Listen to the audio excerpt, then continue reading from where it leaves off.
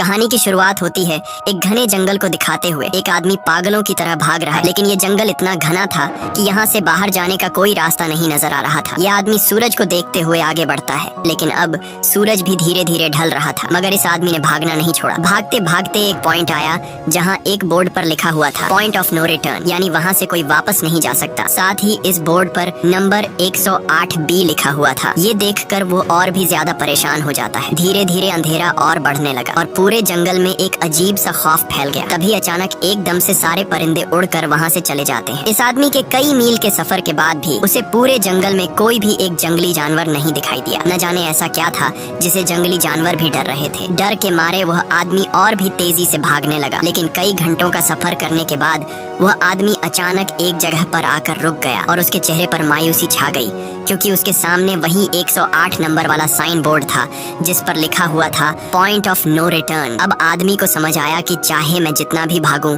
पर इस जंगल से निकल नहीं सकता, इसलिए अब वो वहाँ छुपने की जगह ढूंढने लगा। लेकिन वहाँ उसे छुपने के लिए कोई सेफ जगह नहीं मिली, इसीलिए अब वो पेड़ के ऊपर चढ़ जाता है। पर तभी उस पेड़ की टहनी टूट गई, जिससे वो आदमी काफी ऊंचाई से नीचे जमीन पर आ गिरा। पेड़ से गिरने के बाद वो बहुत ज्यादा जख्मी हो चुका था। उसे काफी गहरी चोटें आई। इससे पहले कि वो बेहोश हो जाता, तभी अचानक जमीन हिलने लगी और अजीब सी गुर्राने की आवाजें आने लगी। वो आवाजें सुनकर आदमी के गले में सांसें अटक गईं। तभी अचानक कोई उसे खींच कर ले गया, लेकिन हमें उस आदमी की दर्द भरी चीखें सुनाई दी गई। इस इंसिडेंट के 6 दिन बाद हमें शहर में मीना नाम की एक लड़की को दिखाया जाता है, जो एक बर्ड शॉप में काम करती है। तभी उसका बॉस आता है और मीना को एक गोल्डन पैरट को शहर से दूर एक जू में डिलीवर करने का ऑर्डर देता है। मीना गाड़ी में बैठकर अपने मोबाइल में उस जू का लोकेशन सेट कर लेती है और अपने सफर पर निकल पड़ती है। शहर से बाहर निकलने के बाद वो एक बोर्ड पर बहुत सारे लोगों के मिसिंग फोटोज देखती है, यानी वहाँ पर कई सारे लोग गायब हो चुके थे। लेकिन मीना उन पर ज्यादा ध्यान नहीं देती और आगे बढ़ने लगती है। आगे बढ़ते दौरान मीना शॉर्टकट लेते हुए जंगल के रास्ते से गुजरती है ताकि वो जल्दी से इस पैरट को जू तक डिलीवर कर दें, और वो पहुंच गई जंगल के बीचों बीच। ये वही जगह है जहां हम पहले एक आदमी को गायब होते देख चुके हैं। वहां आकर मीना बुरी तरह से फंस चुकी थी। वो अपने मोबाइल पर मैप देखती है, लेकिन वहां मोबाइल के सिग्नल नहीं आ रहे थे और उसके कार का रेडियो भी काम नहीं कर रहा था। मीना अब वहां से वापस निकलने लगी, लेकिन अब उसे वहां से बाहर निकलने का रास्ता समझ नहीं आ रहा था। थोड़ी देर बाद मीना की गाड़ी भी खराब हो गई। मीना गाड़ी से बाहर निकलती है और उसे सामने लगा हुआ वही पॉइंट ऑफ नो रिटर्न वाला बोर्ड दिखाई देता है। मीना को कुछ समझ नहीं आता, इसीलिए वो पैरट के पिंजरे को हाथ में लेकर आसपास मदद ढूंढने आगे चली जाती है, लेकिन वहाँ आसपास किसी भी मदद का नामो निशान तक नहीं था। उसके बाद वो वापस उस जगह पर लौट आती है जहाँ उसने अपनी गाड़ी खड़ी की थी, लेकिन वहाँ से उसकी गाड़ी गायब हो चुकी थी। ये देखकर वो बहुत ज्यादा परेशान हुई। उसे लगा कि शायद वो उस जगह पर नहीं आई है जहाँ उसकी गाड़ी खड़ी थी, बल्कि ये किसी दूसरी जगह पर आ गई है और उसकी गाड़ी कहीं दूसरी जगह में खड़ी है, क्योंकि इस जंगल का हर एक पॉइंट एक ही जैसा दिखाई दे रहा था। अब अंधेरा भी गहरा होता जा रहा था। मीना को अब डर लगने लगा था, क्योंकि जमीन भी जोर जोर से हिल रही थी। मीना को वहाँ आसपास किसी के होने का एहसास होता है। तभी अचानक मीना को दूर किसी का साया नजर आया। मीना भागते हुए उसके पीछे आई, पर उसे वहाँ कोई भी नहीं मिला। तभी अचानक मीना को एक बूढ़ी औरत भागते हुए दिखाई दी। मीना भी दौड़कर उसका पीछा करने लगी। वो उससे मदद मांग रही थी, लेकिन वो औरत रुकती नहीं, तेजी से भागती रहती है। एक बार फिर मीना इस बूढ़ी औरत का पीछा करती है। अचानक वो बूढ़ी औरत फिर से गायब हो गई। मीना जब उसे ढूंढते हुए और आगे बढ़ी तो उसे दूर जंगल में एक बड़ा सा कमरा दिखाई दिया। वो बूढ़ी औरत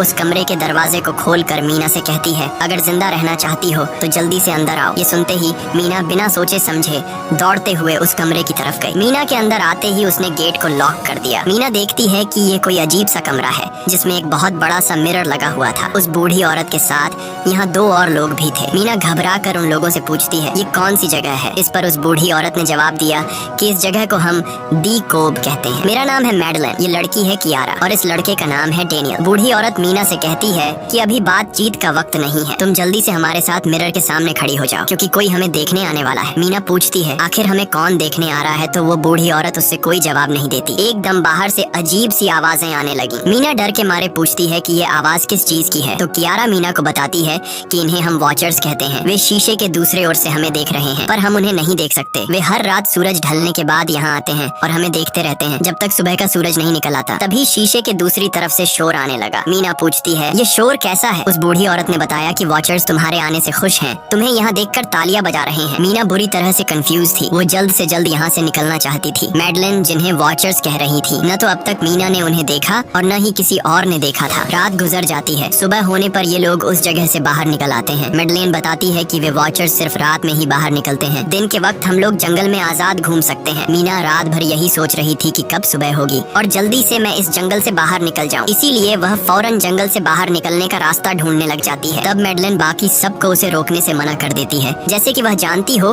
कि मीना इस जंगल से बाहर नहीं निकल सकती और वह जरूर वापस आएगी। बस मीना को जाते हुए मैडलिन बताती है कि तुम्हारा यह फैसला अच्छा नहीं है। इस जंगल से बाहर निकलने का कोई रास्ता नहीं है। रात होने से पहले हमें इस घर में वापस आना पड़ता है। अगर तुम लेट हो गई तो तुम अपनी जान से हाथ धो बैठोगी। मीना किसी की बात नहीं सुनती और अपने पैरट को लेते हुए तेजी से आगे बढ़ती है। थोड़ा सा आगे बढ़ने पर उसे वहीं पॉइंट ऑफ नो रिटर्न वाला साइन दिखाई देता है। उसे देखकर वो घबरा तो गई, लेकिन उसने हिम्मत नहीं हारी और सूरज को देखकर सूरज की डायरेक्शन में आगे बढ़ती रही, पर जंगल से निकलने में कामयाब नहीं हो सकी। आगे चलकर रास्ता ही खत्म हो गया। मीना ने देखा कि वो एक पहाड़ के टॉप पर खड़ी है, जहाँ से आगे दूर दूर तक जंगल के सिवा कुछ भी नहीं था। इसीलिए वो मायूस होकर नीचे बैठ जाती है। तभी अचानक उसके कंधे पर किसी ने हाथ रखा। वो डर गई और जब उसने पीछे मुड़कर देखा तो वो बूढ़ी औरत मैडलिन थी। यहाँ मैडलिन उसे हौसला देती है और कहती है कि सिर्फ तुम ही नहीं जिसने यहाँ से निकलने की कोशिश की और हार गई। हम भी तुम्हारी तरह ही हार कर यहाँ रुके हैं। यहाँ से बाहर निकलने का कोई रास्ता नहीं। चलो मैं तुम्हें कुछ दिखाती हूँ। मैडलिन मीना को जंगल की तरफ लेकर जाती है। मैडलिन मीना से कहती है, ये जंगल एक शिकारी है और हम सब उसका शिकार। अगर जिंदा रहना चाहती हो तो हमारे साथ ही रहो। मैडलिन उसे पॉइंट ऑफ नो रिटर्न वाले काफी सारे साइन बोर्ड दिखाती है, जो कि जंगल के चारों तरफ गोल घेरे में लगे थे और उनके बीच में था उनका कमरा। मैडलिन बताती है कि ये हमारे घर से आधे दिन के फासले पर लगे हैं। अगर इसे आगे गई तो वापस लौटना मुश्किल हो जाएगा, इसलिए कभी भी यह तुम्हें नजर आए तो तुम इन्हें इग्नोर मत करना। मीना पूछती है, ये सब किसने बनाया? तो वो जवाब देती है, ये एक प्रोफेसर ने बनाया है, लेकिन अब तक उसे किसी ने देखा नहीं है। अब रात हो जाती है। ये लोग वापस उस घर के अंदर आ जाते हैं। हर रात वॉचर्स उन्हें देखने के लिए आते थे। आज कियारा नामी लड़की उनके सामने डांस करती है और कहती है ये सब उन्हें पसंद है। ऐसा नहीं था कि इन चारों को हर रात वॉचर्स के सामने खड़ा ही रहना पड़ता था। ये लोग जो चाहते वह कर सकते थे, बस ये लोग उनकी तरफ अपनी कमर नहीं कर सकते थे। ऐसा करने पर वो लोग बहुत ज्यादा गुस्सा हो जाते थे। रात में तो उन्हें सिर्फ वॉचर्स का मसला था, लेकिन दिन में भी उन्हें बहुत मुश्किलों का सामना करना पड़ता था। ये लोग जंगल से हर रोज अपना पेट भरने के लिए कुछ न कुछ शिकार करके लाते थे,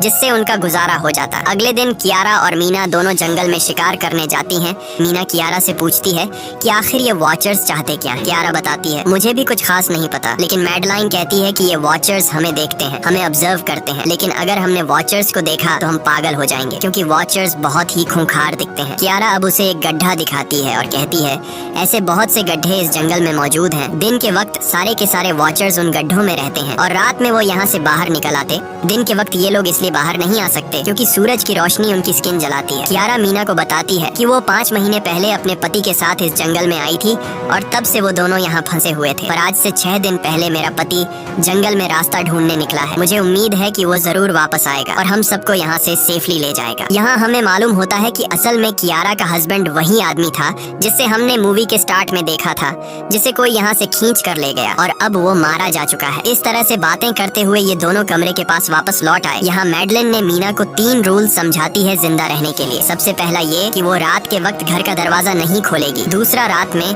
वो आईने की तरफ अपनी कमर नहीं करेगी। और तीसरा ये कि दिन के वक्त वो उन गड्ढों के पास नहीं जाएगी और जितना हो सके रोशनी में रहेगी। जब तक तुम इन रूल्स को फॉलो करोगी तब तक तुम जिंदा रहोगी। लेकिन मीना को मैडलाइन की बातों पर बिल्कुल भी भरोसा नहीं होता। अब उस रात मीना इन वॉचर्स के बारे में जानना चाहती थी, इसीलिए वो शीशे के साथ कान लगाकर आवाजें सुनने की कोशिश करती है। जब उसे कुछ सुनाई नहीं देता तो मीना को मैडलिन की बताई गई वॉचर्स की बातें फेक लगने लगती हैं। इसलिए वह रूल्स को तोड़ते हुए अपनी कमर को शीशे की तरफ करके सो जाती है और ऐसा करने पर इन वॉचर्स को गुस्सा चढ़ जाता है। वो लोग जोर जोर से उस शीशे को मारने लग जाते हैं। शोर से मैडलाइन भी उठ जाती है और वह जल्दी से मीना को शीशे की तरफ खड़े रहने को कहती है और तब जाकर वो वॉचर्स का गुस्सा शांत होता है। यानी जब इंसान वॉचर्स को अपनी पीठ दिखाते हैं तो वह उसे खुद की इंसल्ट मानने लगते हैं। ये रात भी गुजर जाती है और अगले दिन मीना डेनियल के साथ शिकार पर निकलती है। वो डेनियल से पूछती है, क्या आज तक तुमने किसी वॉचर को देखा है? जिस पर डेनियल ने जवाब दिया कि मैंने भी आज तक वॉचर्स को नहीं देखा और जो भी वॉचर्स को देखता है वो जिंदा नहीं बच पाता। तब मीना डेनियल को समझाती है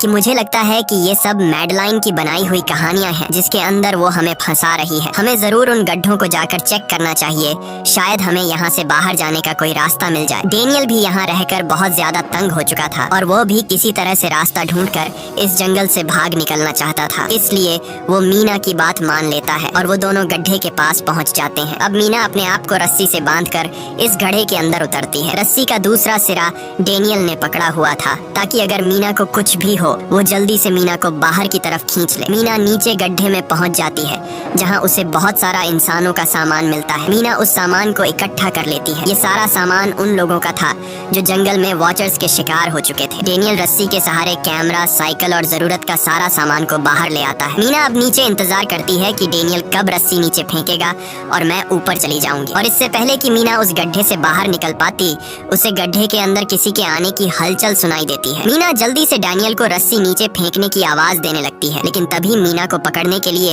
एक वॉचर का हाथ बढ़ने लगता है। पर मीना धूप में खड़ी थी, इसलिए जब उस वॉचर के हाथ पर सूरज की रोशनी पड़ी तो उसका हाथ जलने लगा। इतने में डेनियल ने नीचे मीना के पास रस्सी फेंकी और मीना फौरन जल्दी से बाहर निकल आई। मीना पूरी तरह से डर गई थी। ये लोग उस सारे सामान को लेकर अपनी सेफ हाउस में आ गए, जहाँ मैडलिन ने उससे पूछा, ये सामान तुम्हें कहाँ से मिला? ये लोग झूठ बोल देते हैं कि ये सामान उन्हें इस जंगल से मिला। मैडलिन को इस जंगल में रहते हुए बहुत अरसा गुजर चुका था। वो जानती थी कि ये सामान उसे जंगल से नहीं बल्कि एक गड्ढे से मिला होगा। वो मीना से पूछती है, बताओ तुमने गड्ढे के अंदर क्या देखा? लेकिन मीना उसे कुछ नहीं बताती। ये लोग बहुत खुश थे कि आज रात ये लोग वॉचर्स को देख पाएंगे, क्योंकि मीना को गड्ढे के अंदर एक कैमरा मिला था। डेनियल किसी तरह जुगाड़ करके उस कैमरा को टीवी के साथ अटैच कर लेता है ताकि ये लोग भी टीवी पर वॉचर्स को देख पाए। मैडलिन बार बार उन्हें समझाती है कि ये तुम लोग गलत कर रहे हो, लेकिन ये दोनों उसकी एक बात भी नहीं सुनते। आज रात ये लोग वॉचर्स के इंतजार में बैठे थे ताकि उन्हें वो देख पाए, लेकिन काफी रात होने के बावजूद भी आज कोई वॉचर उन्हें देखने नहीं आया। और अब कुछ देर बाद उनके साथ कुछ अजीब सा होने वाला था। ये लोग बातचीत में मसरूफ थे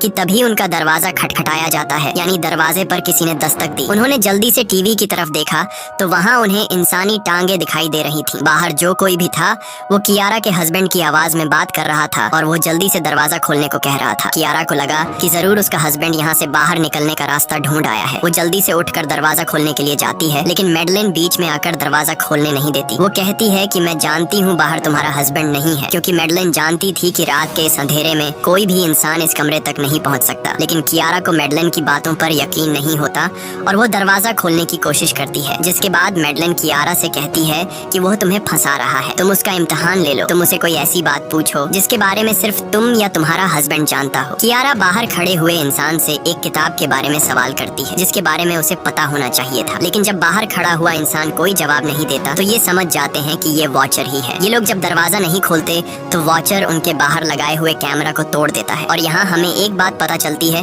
कि वॉचर्स इंसान के रूप में भी खुद को बदल सकते हैं। वॉचर्स उनकी इस हरकत पर बहुत ज्यादा गुस्सा हो गए थे। वे बहुत तेजी से शीशे को मारने लगे, जिससे शीशे में एक बड़ा क्रैक भी आ जाता है। लेकिन यहाँ मैडलिन समझदारी दिखाते हुए सबको लाइन से शीशे की तरफ खड़ा कर देती है, जिससे वॉचर्स का गुस्सा थोड़ा बहुत ठंडा हो जाता है और वे वहाँ से चले जाते हैं। अब यहाँ मीना मैडलिन को बताती है कि हमने गड्ढे में से ये सारा सामान चुराया था। ये सुनकर मैडलिन बहुत ज्यादा गुस्सा हो जाती है कि तुम लोगों ने दूसरा रूल भी तोड़ दिया। अगली सुबह मैडलिन उस गड्ढे से लाया हुआ सारा सामान उठाकर वापस उसी गड्ढे में फेंक देती है, जिससे उन वॉचर्स का गुस्सा थोड़ा शांत हो जाता है। मगर अब इन लोगों को जंगल में बहुत ही ज्यादा अजीब चीजें दिखाई देना चालू हो गई थी और उसका सबसे ज्यादा असर डेनियल पर होता है। डेनियल अचानक बात बात पर बहुत ज्यादा गुस्सा करने लग जाता है। दूसरी तरफ कियारा, जिससे पहले उम्मीद थी कि उसका हस्बैंड जिंदा है और वो यहाँ आकर उसे यहाँ से बचा लेगा, लेकिन अब उसे पता चल चुका था कि उसका हस्बैंड अब वापस नहीं आएगा, जिसकी वजह से वह अंदर ही अंदर पूरी तरह से टूट चुकी थी। और वो डिसाइड करती है कि वह वॉचर्स के इन गड्ढों में कूदकर अपनी जान दे देगी, क्योंकि अब उसके पास जीने की कोई वजह नहीं रही। वह ऐसा करने ही वाली होती है कि मीना आकर उसे बचा लेती है। इसी बीच हम देखते हैं कि डेनियल मैडलिन की तरफ अजीब तरह से देख रहा होता है और वह गुस्से में आकर मैडलिन को पेड़ के साथ बांध लेता है। डेनियल ने कहा कि अब मैं इस बुढ़िया के कोई रूल्स नहीं मानूंगा, अब यहाँ सिर्फ मेरी बात मानी जाएगी। अब रात होने वाली थी, इसलिए डेनियल कमरे की तरफ भागा और कियारा भी उसके पीछे भागी, लेकिन मीना मैडलिन के पास आई और उसकी रस्सियाँ खोलने लगी। दूसरी तरफ डेनियल ने कियारा को लेकर कमरे का दरवाजा अंदर से बंद कर दिया और मीना और मैडलिन को बाहर वॉचर्स के लिए छोड़ दिया। मीना और मैडलिन डेनियल से दरवाजा खोलने के लिए गिड़गिड़ाते रहे। डेनियल से रिक्वेस्ट करते हैं कि प्लीज दरवाजा खोल दो, लेकिन डेनियल ने दरवाजा नहीं खोला। अब बाहर चारों तरफ अंधेरा छा गया और वॉचर्स के आने का टाइम हो गया, इसलिए अब मजबूरन उन्हें अपनी जान बचाने के लिए एक घने पेड़ के नीचे रहकर छिपना पड़ा। थोड़ी देर बाद उन्हें वॉचर्स की गुराने की आवाजें आने लगी। इस टाइम मीना और मैडलिन के साथ हमें भी उन वॉचर्स की एक झलक दिखाई जाती है। ये लोग लंबे, पतले और खतरनाक थे। सब अपने अपने गड्ढों से निकलकर इंसानों को देखने के लिए उस सेफ रूम तक पहुंचते हैं और जब ये लोग देखते हैं कि मीना और मैडलिन वहां नहीं है तो वो उनको खाने के लिए जंगल में ढूंढने लग जाते हैं। और जब ये वॉचर्स दूर जाते हैं तो मौके का फायदा उठाते हुए ये दोनों फिर से सेफ रूम तक आ जाते हैं और डैनियल से रो रो कर दरवाजा खोलने को कहते हैं। इस बार डैनियल के दिल में रहम जाग जाता है और वह उनके लिए दरवाजा खोल लेता है। अब अंदर जाने के बाद पहले तो मैडलिन डैनियल पर गुस्सा करती है और फिर इन सबको शीशे के सामने खड़ा करके वॉचर्स के बारे में कुछ बातें बताती है। मैडलिन ने कहा कि अब तक हम बहुत से रूल्स तोड़ चुके हैं, इसलिए मुझे नहीं लगता कि इस बार वॉचर्स हमें माफ करेंगे। मैं तुम लोगों को वॉचर्स के बारे में कुछ सच्चाई बताना चाहती हूँ। दरअसल मैं जब यहाँ पहली बार आई थी तो मैंने कुछ ऐसा देखा जिससे मेरे होश उड़ गए। मैंने अपना ही एक डुप्लीकेट देखा। असल में वो एक वॉचर था जो मेरा रूप लेने की कोशिश कर रहा था। हालांकि उसकी आंखें और बाल बिल्कुल परफेक्ट नहीं थे। मीना ने पूछा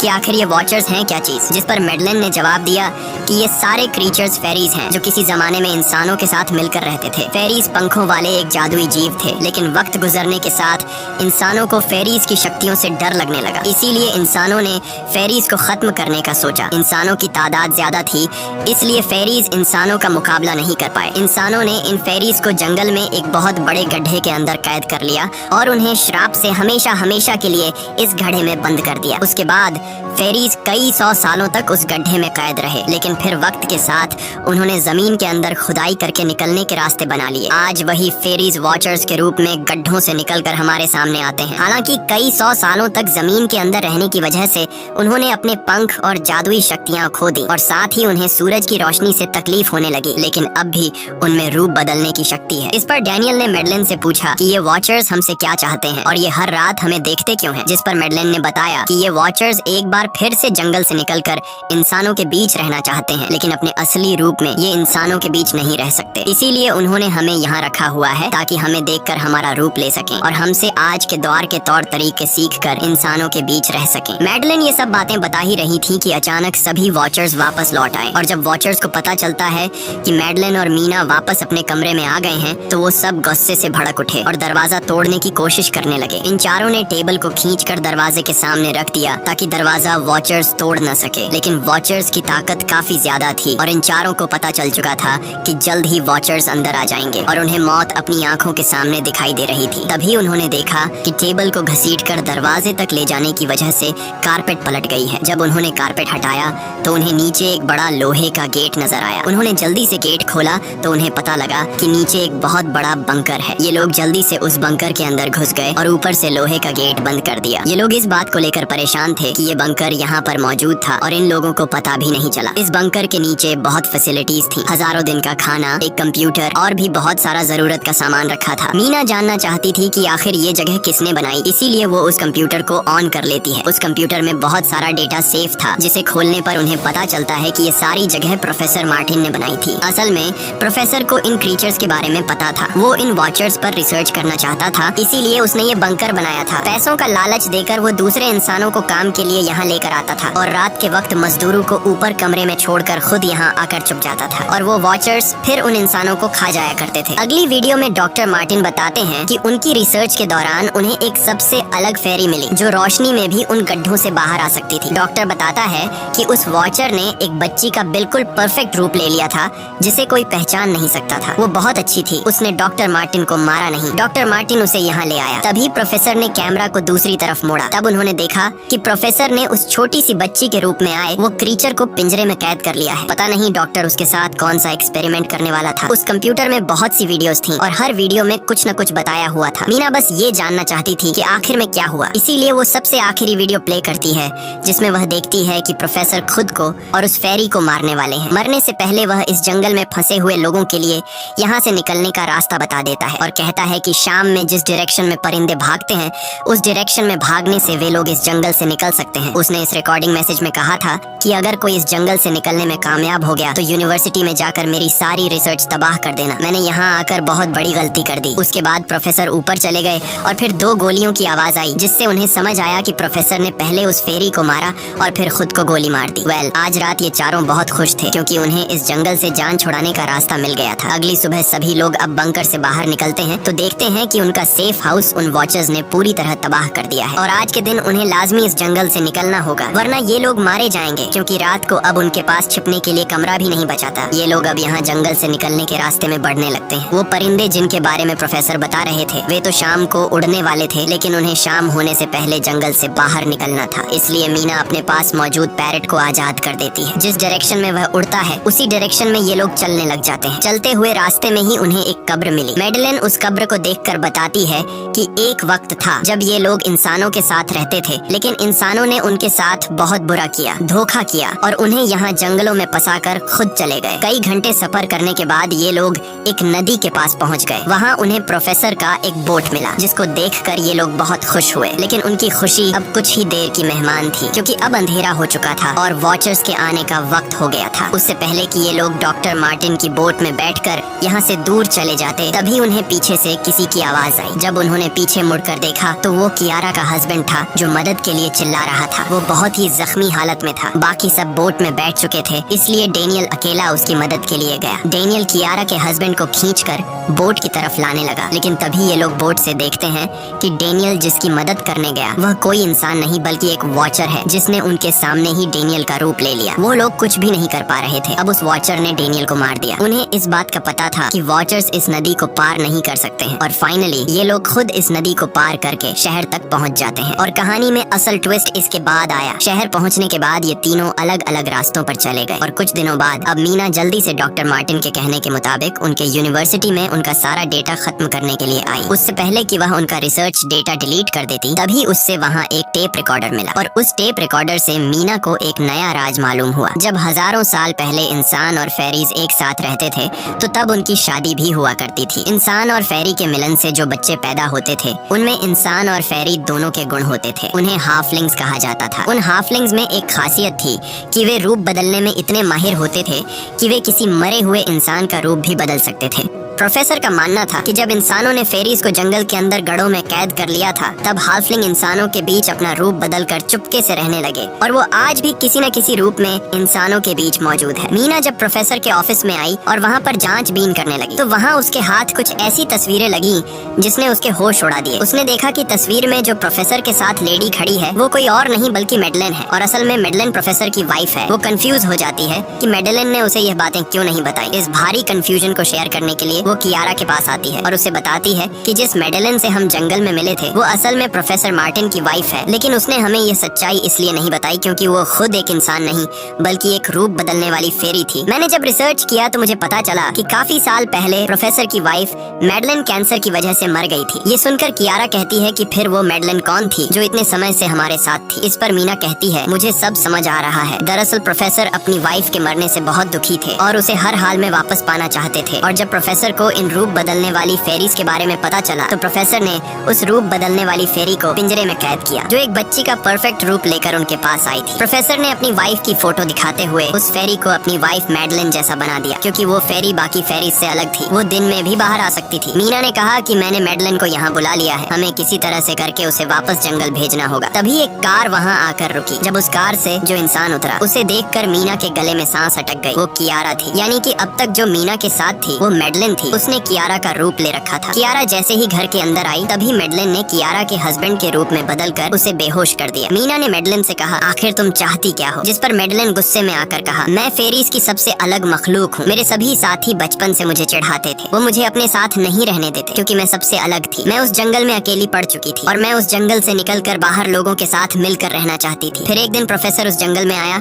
उसने मुझे पिंजरे में कैद कर लिया। उसने मुझसे कहा कि अगर मैं उसकी वाइफ का रूप ले लूं तो वह मुझे जंगल से बाहर ले जाएगा। मैंने उसकी बात मान ली। प्रोफेसर ने मुझे मैडलेन की सारी बातें सिखाई और बाद में उस धोखेबाज प्रोफेसर ने मुझे मारने की कोशिश की, लेकिन उससे पहले कि वो मुझे मार पाता मैंने उसे ही मार डाला। तुम इंसान कभी भी भरोसे के लायक नहीं थे और न ही रहोगे। अब तुम भी मेरी सच्चाई जान चुकी हो, इसलिए तुम्हें भी मरना होगा और तुम्हें मारने के बाद मैं तुम्हारे रूप में इंसानों के बीच रहूंगी। यह कहकर मैडलेन ने मीना का रूप ले लिया और उसका गला दबाकर उसे मारने लगी। तब मीना ने मैडलेन से कहा कि क्या प्रोफेसर ने तुमसे यह नहीं कहा कि तुम क्यों दिन में निकल सकती हो? असल में तुम हाइब्रिड हो, आधी इंसान और आधी फेरी, इसीलिए तुम इंसानों और फेरीज के बीच रह सकती हो। मुझे पता है कि दुनिया में अकेला रहना कैसा होता है, लेकिन तुम अकेली हाफलिंग नहीं हो। तुम्हारे जैसे और भी हाफलिंग्स हैं जो किसी न किसी रूप में इंसानों के बीच रह रहे हैं। इस सच्चाई का पता चलते ही मैडलेन का शरीर अचानक अपने असली रूप में आने लगा। देखते ही देखते उसके पंख निकल आए, जिसके बाद वो मीना को यहीं पर छोड़कर यहाँ से उड़ जाती है। इसके बाद कुछ हफ्तों के बाद का सीन दिखाया जाता है, जहाँ मीना अपनी सिस्टर के साथ रहने लगी है। उसने अपनी सिस्टर को बताया बताया कि शायद वो फेरी अभी भी मेरा पीछा कर रही है। तब मीना की सिस्टर उसे कहती है कि तुम डरो मत, ऐसा कुछ नहीं है। और कहानी के एंड में हम एक छोटी बच्ची को देखते हैं जो कि उस वक्त मीना के घर के नीचे खड़ी थी। ये कोई और नहीं बल्कि मैडलन थी, जो अब उनके दुनिया में उस रूप में रह रही है। और इसी के साथ ये कहानी खत्म हो जाती है। अगर आपको ये वीडियो अच्छी लगी हो